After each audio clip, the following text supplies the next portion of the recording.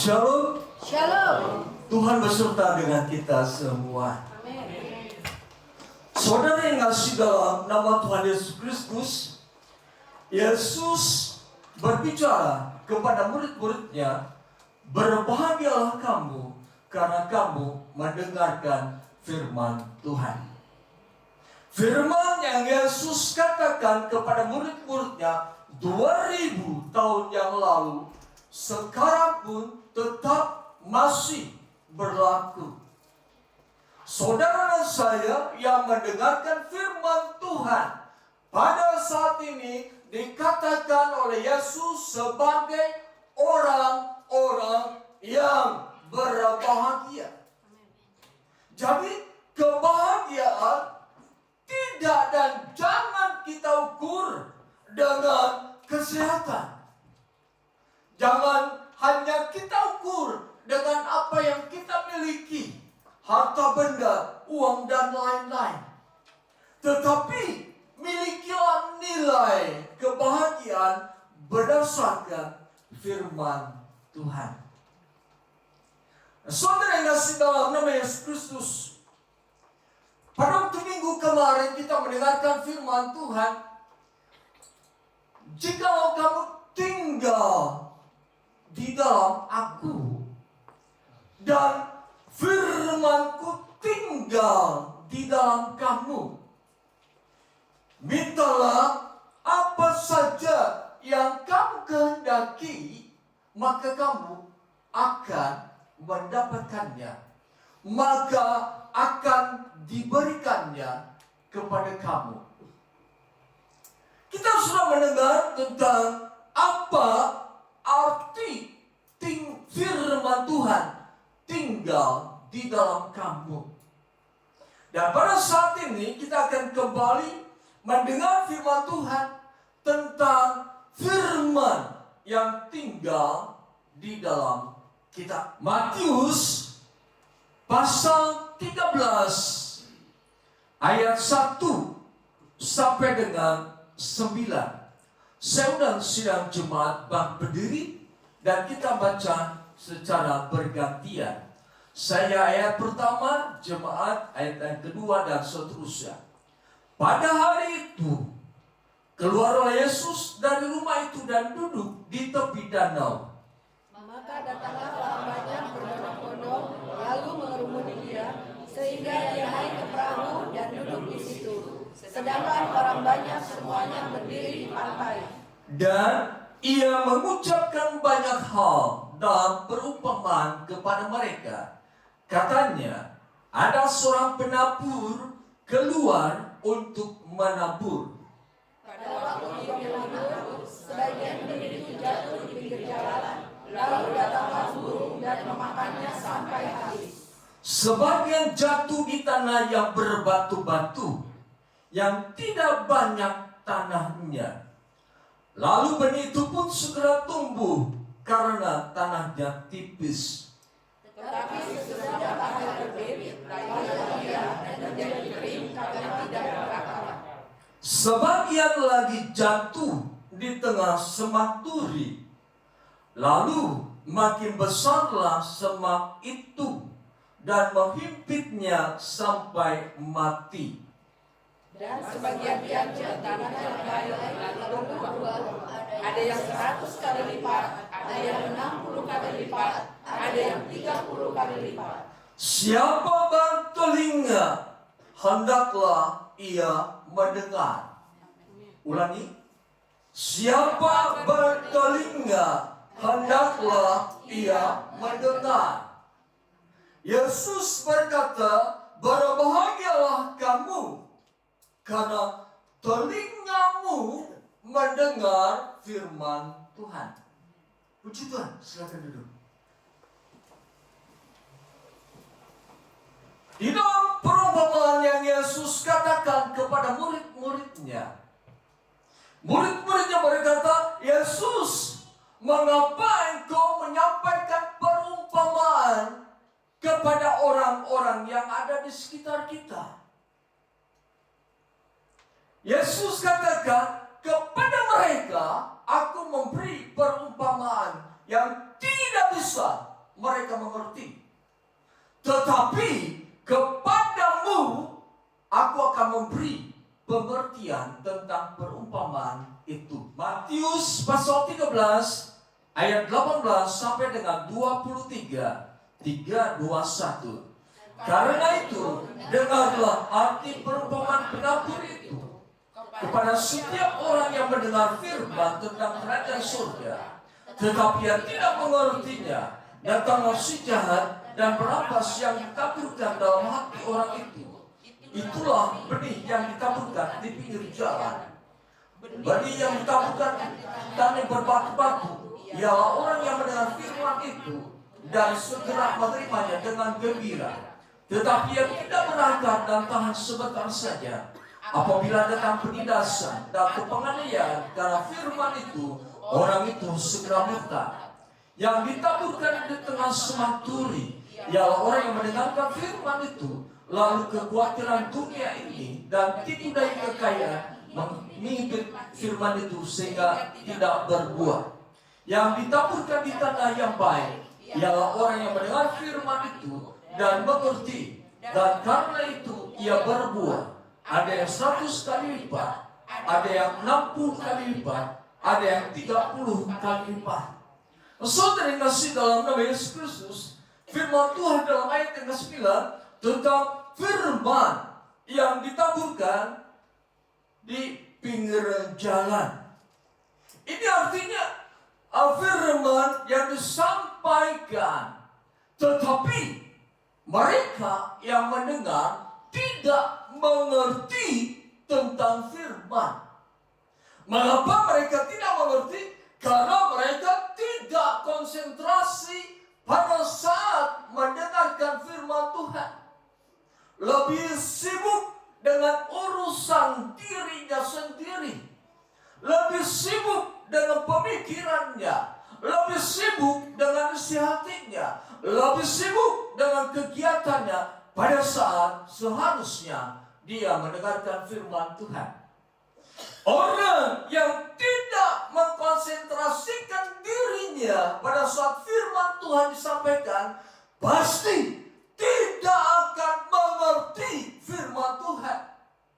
Padahal yang terpenting dalam firman kita, mendengar dan melakukan firman Tuhan. Mendengar dan mengerti firman Tuhan. Mengapa mereka dikatakan orang yang mendengar namun tidak mengerti? Karena mereka bersikap masa bodoh pada saat firman Tuhan disampaikan. Karena di dalam hati mereka terlalu banyak permasalahan hidup. Di dalam hati mereka terlalu banyak hal yang mereka tahu. Di dalam hati mereka terlalu banyak yang mereka pikirkan. Sehingga pada saat firman disampaikan, di antara permasalahan-permasalahan hidup, mereka menganggap firman ini seperti hal yang biasa saja. Artinya, dia tidak menjadikan firman Tuhan sebagai sesuatu yang harus dia dengarkan. Sesuatu yang istimewa di dalam kehidupannya. Sesuatu yang akan membawa mereka pada kehidupan di dalam dunia berserta dengan Tuhan dan kehidupan di dalam kekekalan.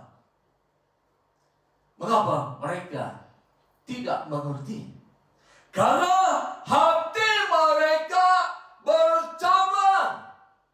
Yang satu mengarah kepada firman, tetapi yang lain mengarah kepada kesibukannya.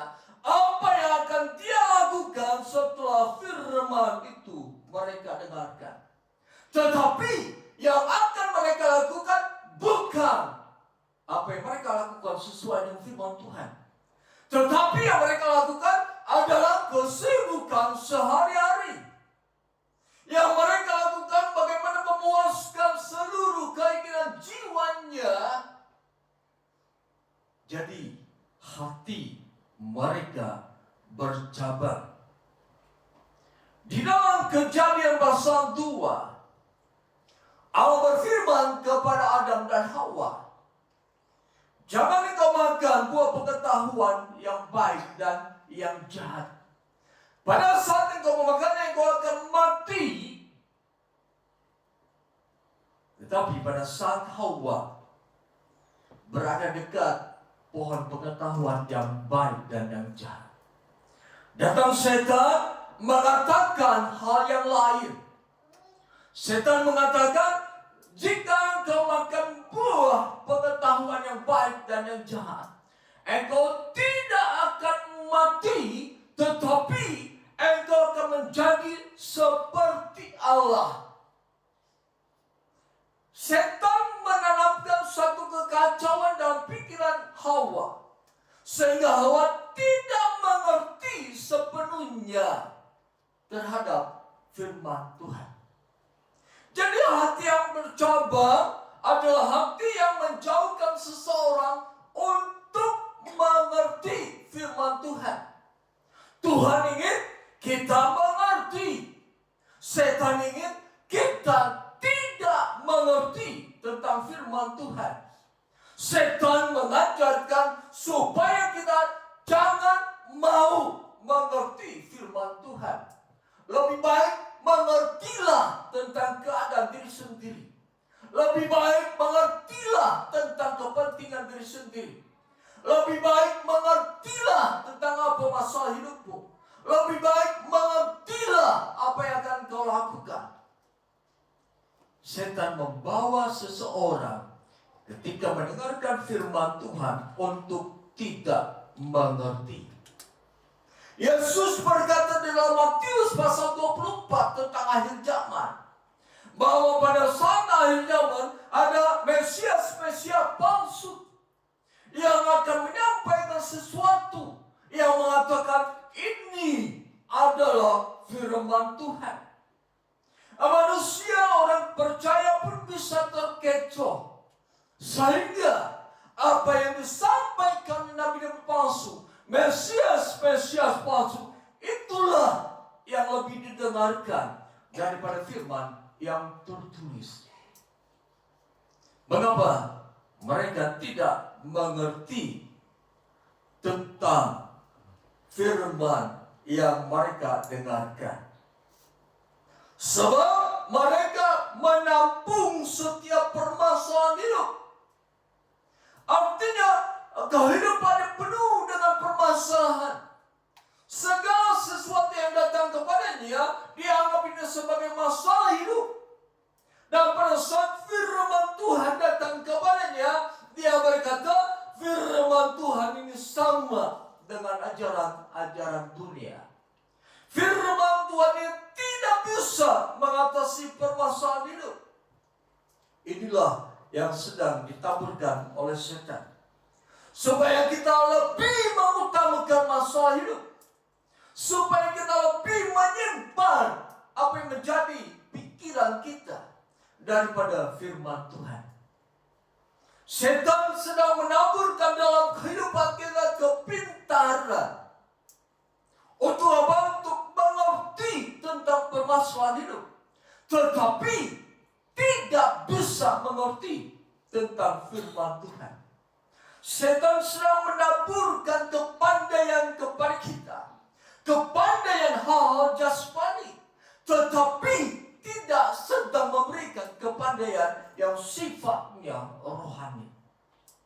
Jadi jelas, pada saat kita mendengarkan firman Tuhan, harus kita memiliki hati yang terkonsentrasi sepenuhnya kepada berita yang kita dengarkan. Artinya karakter-karakter yang tidak mau konsentrasi pada saat mendengarkan firman Tuhan harus kita buang. Kegiatan-kegiatan pada saat kita mendengarkan firman Tuhan harus kita tanggalkan. Harus konsentrasi penuh terhadap firman Tuhan. Sebab Tuhan menginginkan kita bukan hanya mendengar, tetapi mengerti firman Tuhan. Pada saat kita mulai belajar untuk mengerti firman Tuhan, berarti kita sudah mengalahkan kemanusiaan, kedagingan dalam diri kita. Berarti kita sudah mengalahkan tipu daya setan. Orang yang mengerti firman Tuhan, dia tidak akan mudah digoncangkan ketika permasalahan hidup datang. Karena dia tahu ini tidak akan terjadi dalam kehidupanku. Yang akan terjadi dalam kehidupanku adalah firman Tuhan. Banyak orang khawatir tentang apa yang akan mereka makan dan minum, sehingga mereka meninggalkan peribadatan untuk mencari nafkah. Mereka meninggalkan peribadatan hanya untuk sekadar mencari tambahan. Meninggalkan peribadatannya sekadar untuk mencari cuan. Tetapi perlu diketahui, itu adalah tipu daya setan. Itu adalah tipu daya iblis supaya kita menjauh dari Tuhan dan mengerti tentang apa keduniawian. Yang Tuhan inginkan mengerti firman Tuhan. Nanti dengan mengerti firman Tuhan, keduniawian akan kita atur. Sekarang banyak orang percaya diatur oleh hal-hal yang sifatnya duniawi. Firman Allah tersudutkan, firman Allah terkalahkan. Yang duniawi menguasai orang percaya. Sehingga pada saat mereka hidup, mereka terus akan tergoncang. Sebab yang memimpin kehidupan mereka adalah yang duniawi. Kalau yang memimpin kehidupan mereka yang duniawi, maka itulah yang menjadi permainan setan. Setan akan menggoncangkan pada saat manusia hidup di dalam keduniawian. Setan akan menggoncangkan manusia ketika manusia hidup tidak sesuai firman Tuhan. Sebab sasaran setan mencuri, membunuh, dan membinasakan. Sasaran setan membuat kita tidak mengerti tentang firman Tuhan.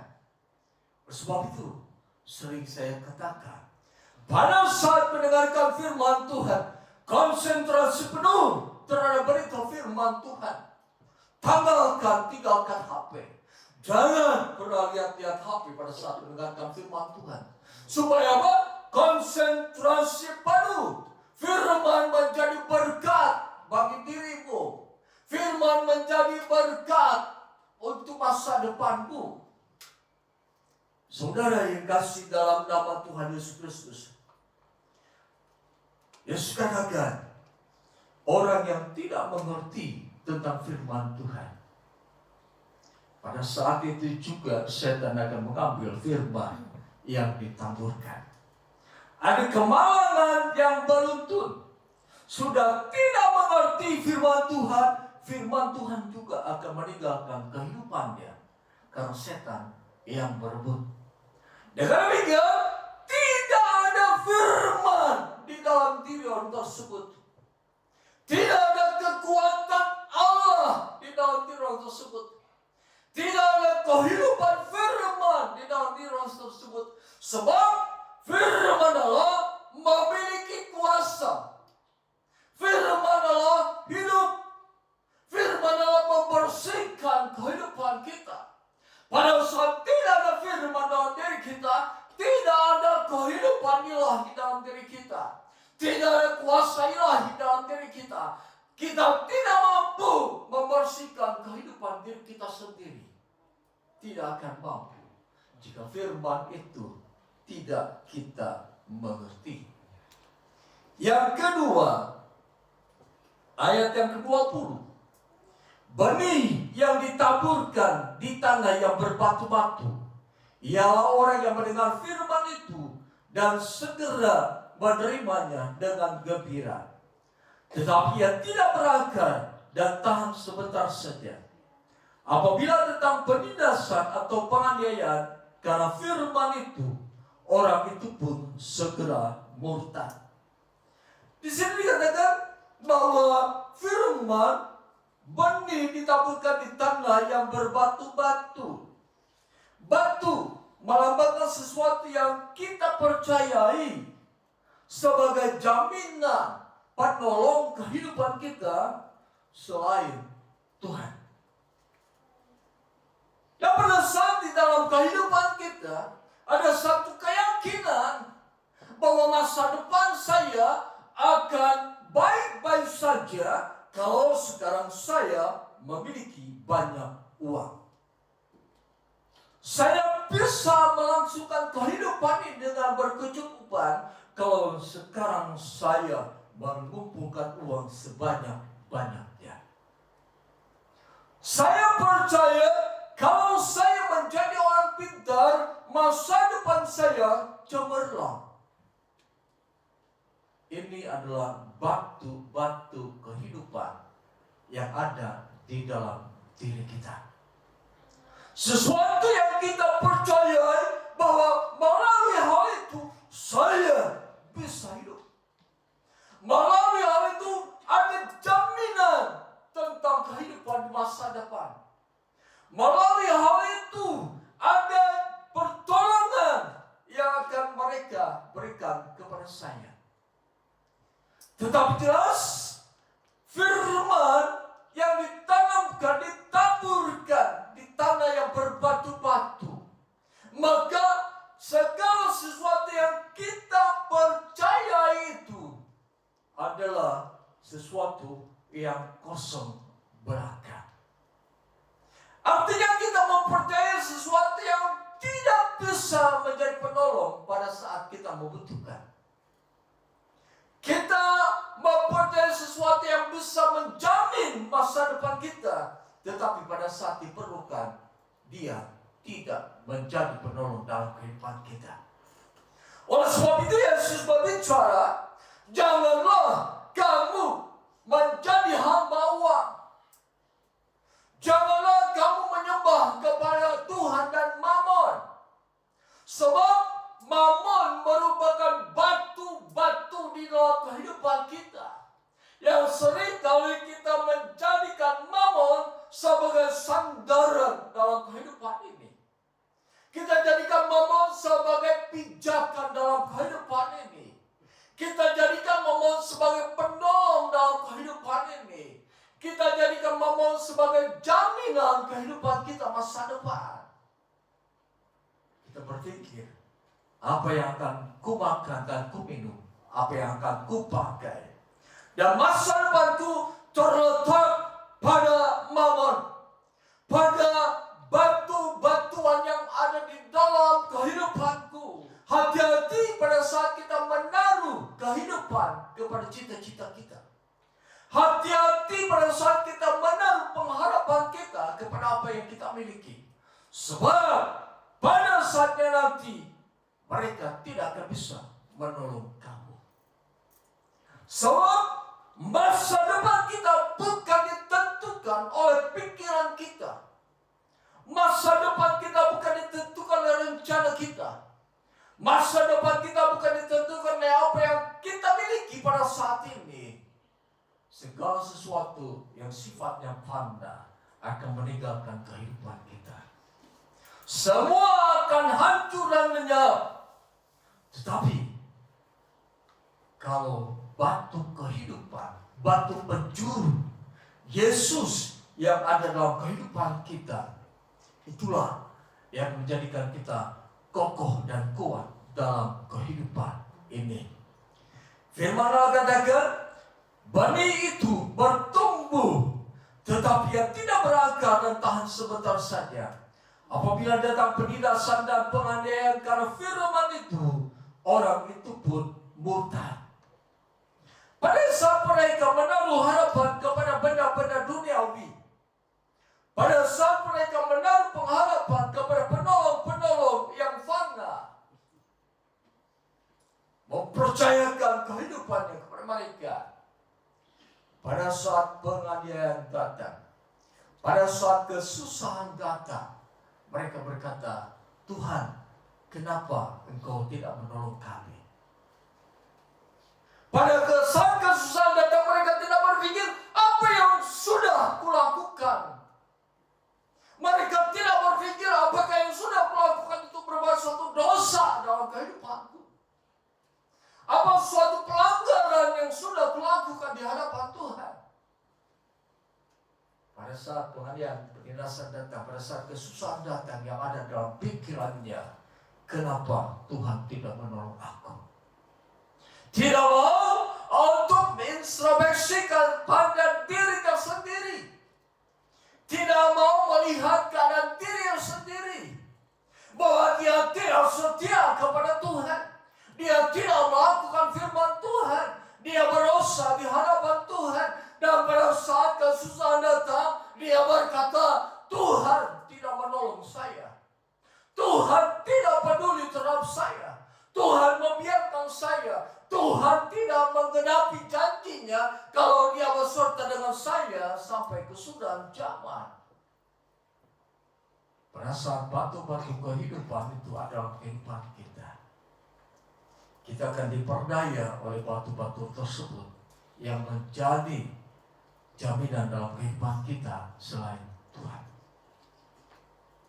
Pada saatnya akan datang kesusahan yang luar biasa.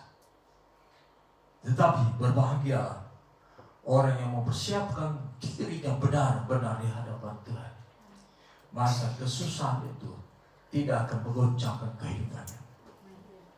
Pada saat ini dapat kita katakan mereka sebagai orang percaya, mereka sebagai hamba Tuhan, mereka menatap masa kesusahan yang akan datang.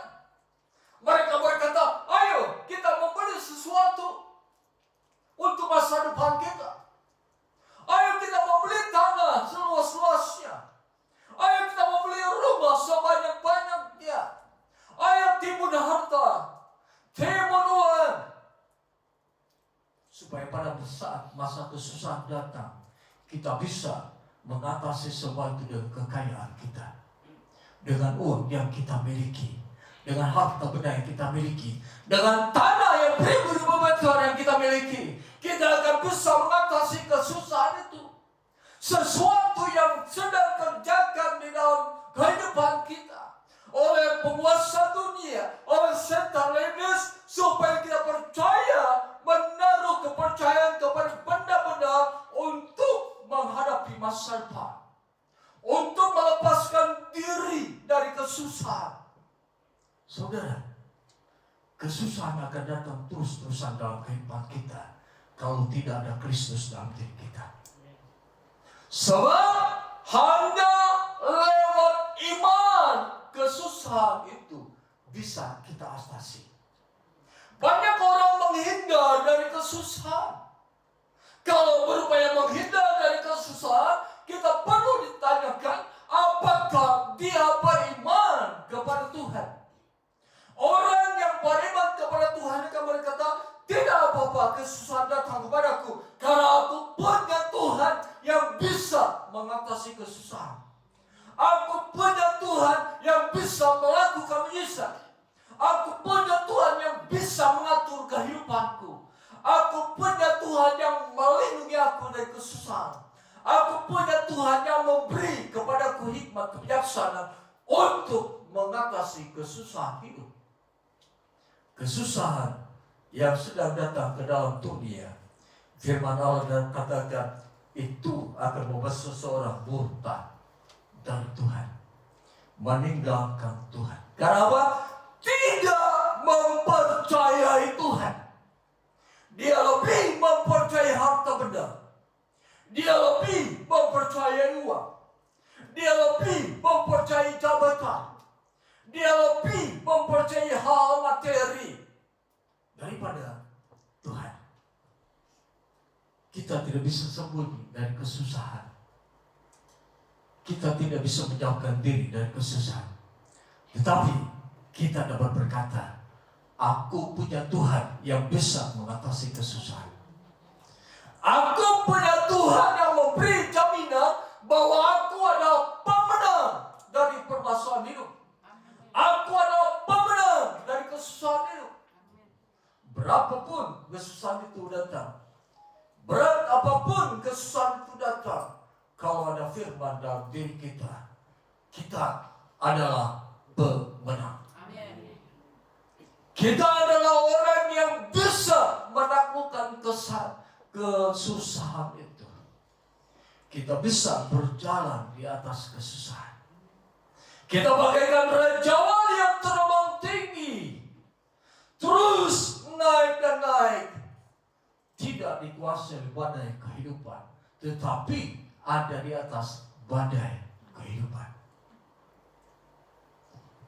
Orang yang mendengarkan firman Tuhan, tetapi firman itu tidak bertumbuh dan tidak bertumbuh untuk seterusnya, itulah orang yang mengharapkan sesuatu sebagai penolong, sebagai jaminan dalam kehidupannya untuk masa sekarang dan untuk masa yang akan datang. Padahal sesuatu ini adalah sesuatu yang fana, sesuatu yang tidak setia, sesuatu yang akan meninggalkan kita. Apapun yang terjadi dalam kehidupanmu, Tuhan tetap Allah kita. Apapun yang terjadi dalam kehidupanmu, Tuhan tetap beserta dengan kita. Kemudian kita perhatikan ayat yang ke-22. Matius 13 ayat 22. Yang ditaburkan di tengah semak duri ialah orang yang mendengar firman itu, lalu kekhawatiran dunia ini dan tipu daya kekayaan menghimpit firman itu sehingga tidak berbuah. Semak duri melambangkan sesuatu yang fana, sesuatu yang tidak bisa bersifat terus menerus menolong kehidupan kita. Tetapi semak duri itu yang kita pelihara, seperti dalam ayat yang ke-20 tentang batu-batu itu. Semak duri berbicara tentang sesuatu yang fana, sesuatu yang tidak kekal, namun kita pelihara. Apa yang tidak kekal? Uang, harta, kekayaan, kepintaran, jabatan, itu tidak kekal. Tetapi perlu kita ketahui bahwa segala sesuatu yang kita miliki, semua itu tidak akan berarti pada saat kekhawatiran dunia datang kepada kita. Artinya, segala sesuatu yang kita pegang erat-erat, pada saat dunia memberitakan tentang kekhawatiran, yang kita pegang itu tidak akan memiliki arti lagi. Yang ada dalam kehidupan kita adalah kekhawatiran. Yang ada dalam kehidupan kita adalah tipu daya kekayaan. Ingat seorang kaya yang bodoh dalam Lukas pasal 12 ayat 13 sampai dengan 21. Mari kita perhatikan. Lukas pasal 12 ayat 13 sampai dengan 21. Kita baca bersama-sama. 3, 2, 1. Seorang dari orang banyak itu berkata kepada Yesus, "Guru, katakanlah kepada saudaraku supaya ia berbagi warisan dengan aku." Tetapi Yesus berkata kepadanya, "Saudara, siapa yang telah mengangkat aku menjadi hakim atau pengantar atas kamu?"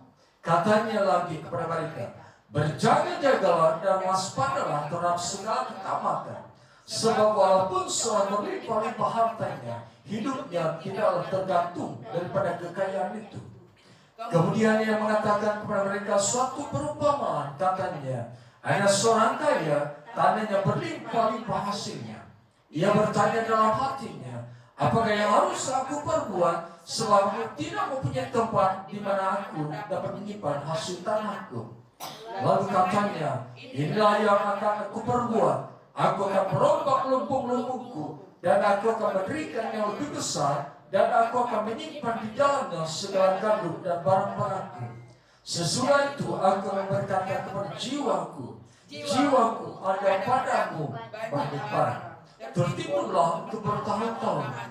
Beristirahatlah, makanlah, minumlah, dan bersenang-senanglah." Tetapi firman-Allah kepadanya, "Hai engkau yang orang bodoh, pada malam ini juga jiwamu akan diambil daripadamu, dan apa yang telah kau sediakan untuk siapakah itu nanti? Demikianlah jadinya dengan orang yang mengumpulkan harta bagi dirinya sendiri, jikalau ia tidak kaya di hadapan Allah. Ini adalah orang yang memelihara semak duri di dalam dirinya. Dia percaya semak duri yang berupa harta ini akan memberikan masa depan kepadanya, akan memberikan jaminan kehidupan untuk selama-lamanya, akan memberikan kecukupan pada kehidupan selama-lamanya. Tetapi firman Allah berkata, hai engkau orang bodoh, pada malam ini juga jiwamu akan diambil daripadamu. Ini bagaikan semak duri yang menusuk dirinya sendiri. Dengan kata lain, dia dibohongi dengan apa yang dia percayai. Perhatikan, kepercayaan kepada dunia itu bisa membohongi kehidupan kita. Artinya, kepercayaan kepada dunia tidak bisa menolong kehidupan kita. Kepercayaan kepada dunia akan meninggalkan kita ketika permasalahan datang kepada kita. Itulah semak duri. Jangan memelihara semak duri dalam kehidupan kita. Jangan menaruh segala sesuatu yang fana dalam kehidupan kita sebagai jaminan, sebagai penolong dalam kehidupan kita. Kemudian yang berikutnya, ayat 22, Matius 13 ayat 22, kita perhatikan. Yang ditaburkan di semak duri ialah orang yang mendengar firman itu, lalu kekhawatiran dunia ini dan tipu daya kekayaan menghimpit firman itu sehingga tidak berbuah. Misal begini, di dalam Matius pasal 4, Yesus berpuasa. Kemudian datang setan berkata, jadikanlah batu ini menjadi roti. Ini adalah semak duri yang ingin setan tanamkan di dalam diri Yesus. Artinya, kalau Yesus percaya, Yesus melakukan apa yang setan perbuat, maka kehidupannya akan dikuasai oleh setan. Itu akan menjadi semak duri di dalam diri Yesus. Tetapi Yesus berpegang kepada firman Tuhan. Yesus katakan, ada tertulis manusia hidup bukan hanya dari roti saja, tetapi dari setiap firman. Nah, apa yang setan katakan itu merupakan semak duri yang bisa menghimpit firman. Apa yang setan katakan itu merupakan semak duri yang akan menjadikan Yesus terluka dan tidak sesuai dengan firman Tuhan. Tetapi karena Yesus tidak memelihara semak duri itu, dia tetap hidup sesuai dengan firman Tuhan. Dan dia tidak meninggalkan apa yang dikatakan sebagai rencana Tuhan. Jadi perhatikan, jangan sampai dalam kehidupan kita mengundang segala sesuatu dan kita percaya seluruhnya, sehingga kita tidak bisa membedakan firman dengan segala sesuatu, sehingga kita tidak bisa mengistimewakan firman dalam kehidupan kita. Jangan menaruh batu-batu dalam kehidupan kita, sebab kita adalah orang percaya. Kita adalah umat Tuhan yang pasti diberi kehidupan oleh Tuhan. Jangan takut dengan segala sesuatu yang akan terjadi dengan kehidupan kita, sebab Dia pelindung kita. Jangan memelihara semak duri dalam kehidupan kita. Jangan memelihara sesuatu yang sifatnya fana dalam kehidupan kita. yang sifatnya materi dalam kehidupan kita. Sebab mereka akan meninggalkan kita.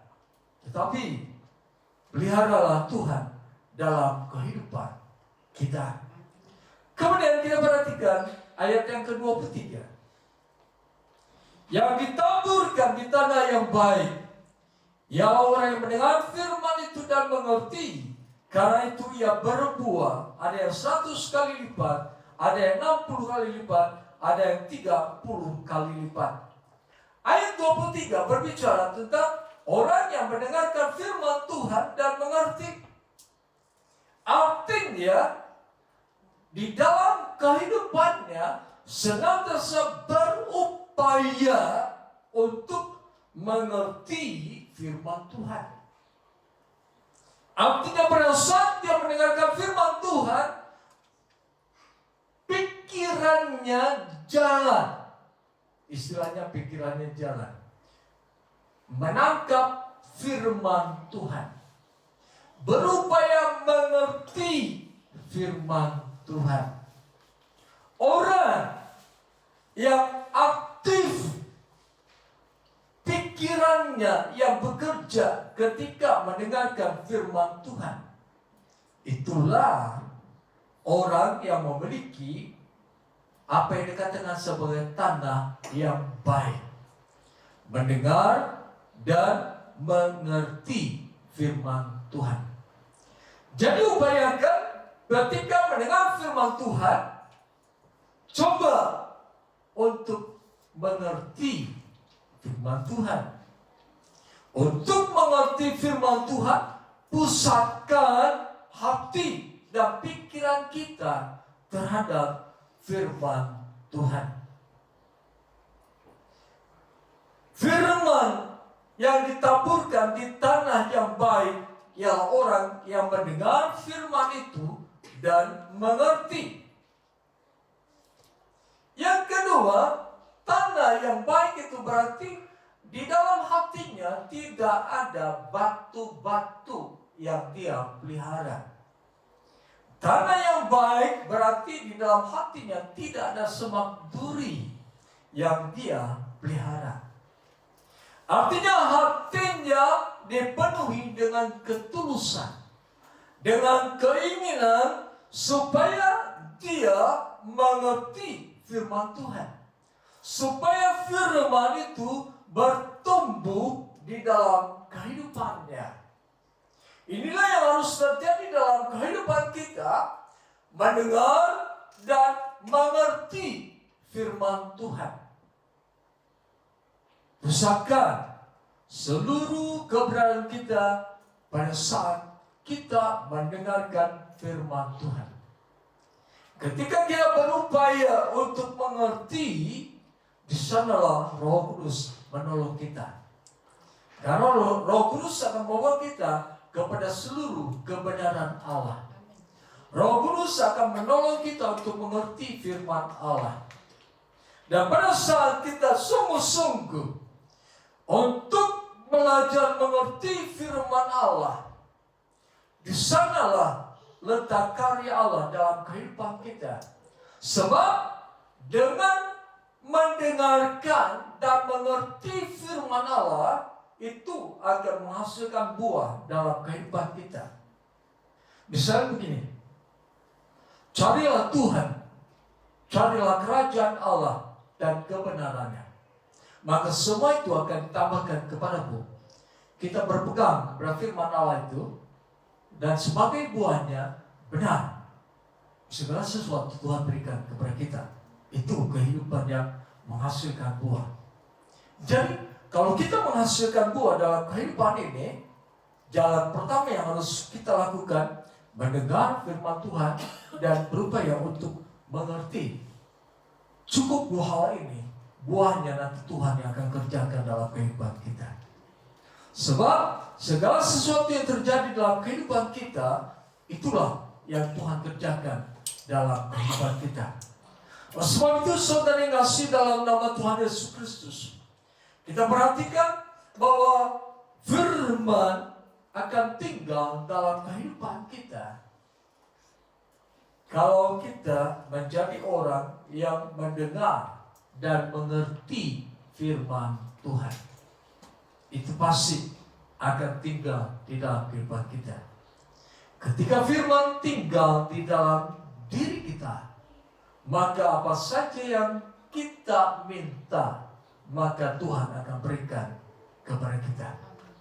Jadilah orang yang lapar dan haus akan firman Tuhan. Jadilah orang yang mendengarkan firman Tuhan dan berupaya mengerti firman Tuhan. Seperti jemaat di kota Berea dalam Kisah Rasul pasal 17. Mereka mendengarkan firman Tuhan, lalu mereka bersekutu. Di antara mereka menyelidiki firman Tuhan. Mereka belajar untuk mengerti apa yang disampaikan ketika mereka ada di bait Allah. Mereka belajar untuk mengerti firman Allah ketika mereka ada di sinagoge mendengarkan firman Tuhan. Jadi pada saat mereka ada di tempat ibadah, mereka menerima firman itu. Setelah mereka keluar dari tempat ibadah, mereka pelajari apa maksud firman Tuhan itu, sampai mereka mengerti. Jemaat inilah jemaat yang tidak tergoncangkan. Jemaat inilah jemaat yang setia sampai akhir. Karena apa? Mendengar dan mengerti firman Tuhan. Sekalipun dunia menggoncangkan kehidupannya, dia bisa untuk tetap berdiri, bisa tetap melangsungkan kehidupannya, karena firman Tuhan menjadi pegangan dalam kehidupan mereka. Ketika kita mempercayai firman Tuhan, berarti kita mempercayai Tuhan yang berfirman. Ketika firman itu datang kepada kita, ingat minggu kemarin saya katakan bahwa firman akan menghakimi kita. Ketika kita melakukan firman Tuhan, maka kita akan berbuah. Itulah penghakiman firman Tuhan. Ketika kita tidak melakukan firman Tuhan, kita tidak akan berbuah. Itulah firman yang menghakimi. Kita akan naik terus dan bukan turun ketika kita mendengar dan melakukan firman Tuhan. Itulah firman yang menghakimi. Kita akan menjadi orang yang menerima berkat ketika kita mendengar dan melakukan firman Tuhan. Tetapi Musa katakan, kita juga akan menerima kutuk ketika kita tidak mau mendengarkan firman Tuhan dan tidak melakukan firman Tuhan. Jadi firman akan menghakimi kehidupan kita. Orang yang melakukan firman Tuhan dikatakan ia akan berbuah 100 kali lipat, 60 kali lipat, dan 30 kali lipat. Saya akan terus dan selalu berdoa supaya jemaat di tempat ini menjadi orang yang lapar dan haus akan firman Tuhan. Sebab saya memiliki keyakinan bahwa kita hidup bukan dari roti saja, tetapi dari setiap firman yang kita dengarkan.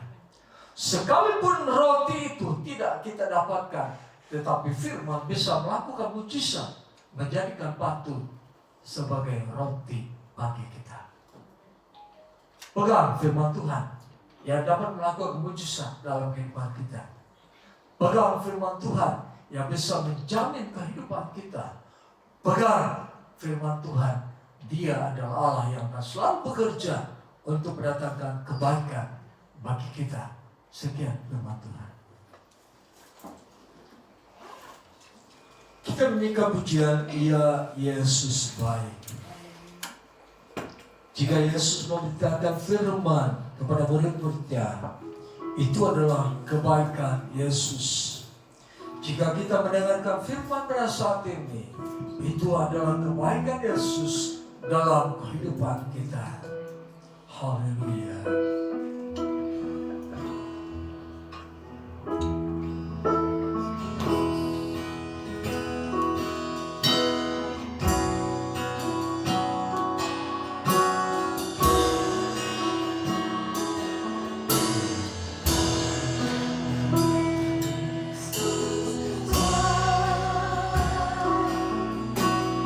Ya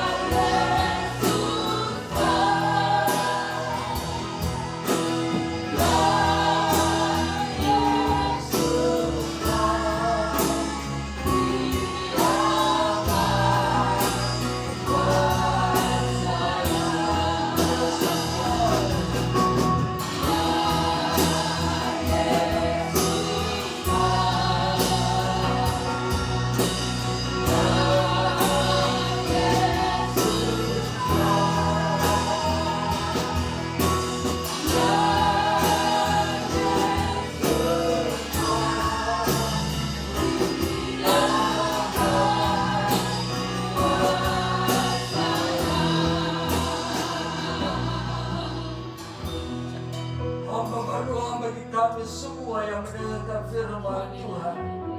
Di dalam nama Yesus, Roh yang selalu merindukan firman Tuhan hadir dalam kehidupan mereka. Dalam nama Yesus, hamba berdoa bagi mereka supaya mereka memiliki roh yang lapar haus akan firman Tuhan, roh yang bertekun terhadap pengajaran firman Tuhan, roh yang mau merenungkan firman Tuhan siang dan malam. Di dalam nama Yesus terjadilah dalam kehidupan mereka, sehingga kehidupan mereka hanya bergantung kepada Tuhan, hanya berserah kepada Tuhan, hanya mempercayai Tuhan dalam seluruh aspek kehidupan mereka. Terima kasih Tuhan. Biar kami memiliki satu prinsip dalam kehidupan, bahwa orang benar hidup karena firman, orang benar hidup karena iman yang kami miliki. Terpujilah Tuhan. Dalam nama Yesus kami berdoa. Haleluya. Saudara yang kasih dalam nama Tuhan Yesus Kristus, terimalah damai sejahtera anugerah berkat Allah, cinta kasih Yesus Kristus, kekuatan penghibur dan pertolongan dari Allah Roh Kudus, kiranya beserta dengan kita mulai saat ini sampai kedatangan Yesus Kristus yang kedua kali ke dalam dunia ini. Dalam nama Tuhan Yesus kami berdoa. Haleluya. Amin.